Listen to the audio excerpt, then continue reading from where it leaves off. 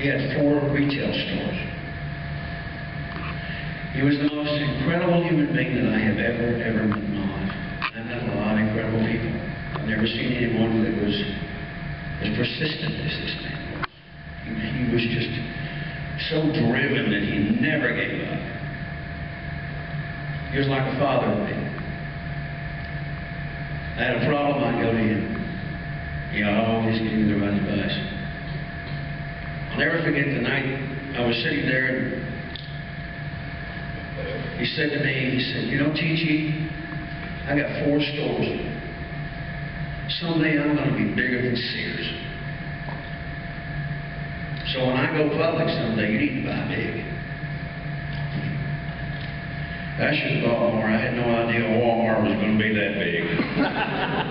Sam Walton, what an individual. Most persistent person I've ever known. These are all people that have intertwined in my life for a reason, because I've gained something from each one of them. Persistence from him I learned. A couple of Sam's stories, because people were so fascinated by this man. He never had employees. He had partners in his company. He never used the word employee. You are my partner. You're my team. I'm a partner.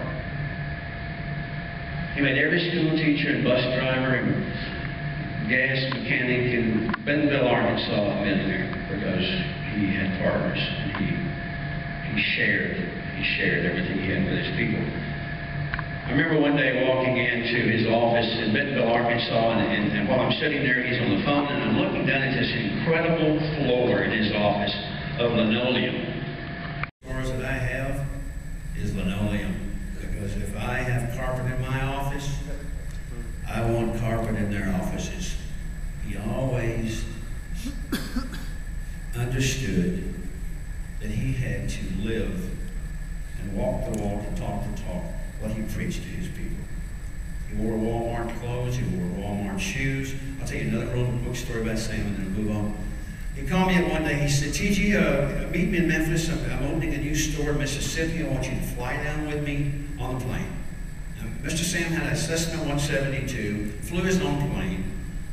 He usually had the bird dogs in the back seat where the springs were all eaten out, and you could see all the stuffing coming out. I mean, it really was scary. I mean, I felt like I was flying a crop duster.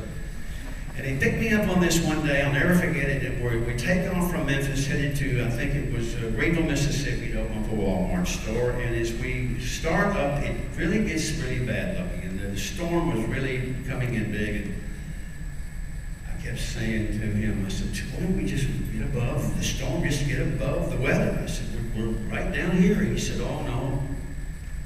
I said, well, you got radar and all this stuff. He said, oh, no. I don't read any of the gauges. I said, what do you mean you don't read any of the gauges? He says, well, I only watch the fuel and the manifold pressure and my altimeter. That's all I need. Because I don't read the gauges. And I think there's an analogy there. I think what I've learned from that day was the fact that he always followed the railroad or the interstates to where he wanted to go. So I guess then he never took his eye off of when he was focused to go forward or wherever he was going with his life. He always kept his eye. He never lost track of the path he was on. Sam Walton was an incredible human being, dearly missed man. These stories are about vision from us. They're about being a big dreamer from Neil Diamond.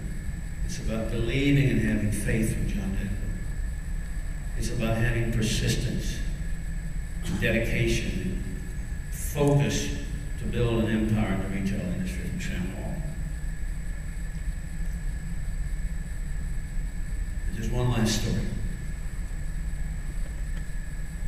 Many years ago, I had a chance to work with some incredible performers before I became an entertainer myself.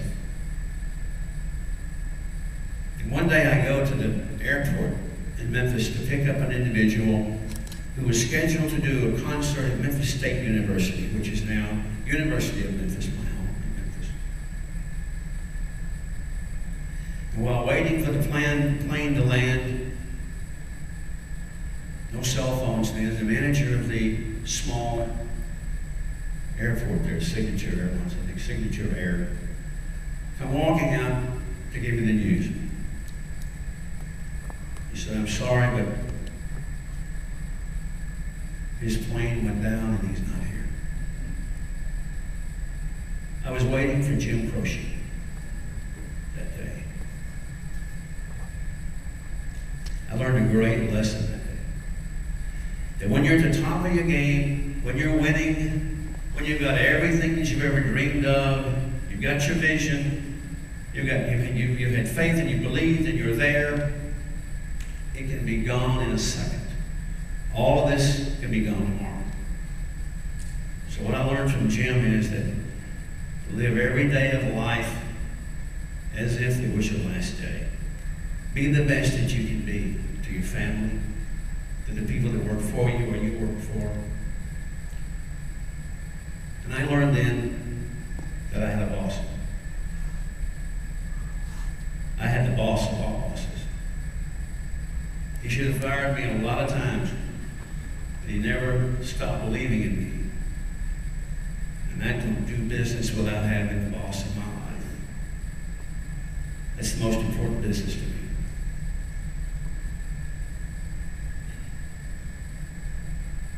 Now I know a lot of people here today are excited. You're waiting to get back home and apply what you've learned. You're all jacked up. You're going to go back and that's incredible. I'm excited with you. We've learned a lot here this week. But there's also a lot of you here that are hurting. I see it in your eyes. I've been there. Not many years ago, I was surviving when I lost everything by eating dollar hamburgers at McDonald's, so I can relate to any of you who are feeling that you're at the end of your rope or that you can't see the forest for the trees. I'm here to tell you that there is always hope. You have to stay focused. You have to know that you can walk through that door if you believe. Don't lose your vision. Don't let your vision blur. Don't let your dream fade. Stay persistent. Keep believing.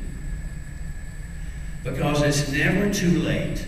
If you're one of those individuals who's worried about having to go back Monday morning to what you face if there's a problem in your life or your business, just remember this, that just stay the course, stay true to what you believe in. Have the boss overlook you, the big boss, and know that it's never too late.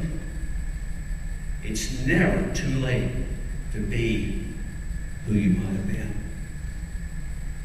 I think we should do some music here. Want to do some songs?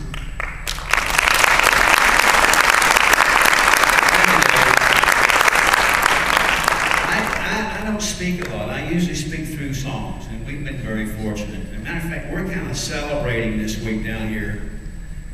Kelly and I, Dave asked a question a few days ago, how many of you have been in business over 5 years? And a lot of you raised your hands. I mean, gosh, there's a lot of survivors in here. I know a lot of you have been through a lot.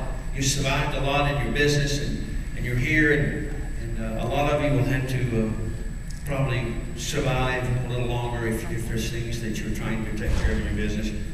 But we're here because we're celebrating being a survivor this week. We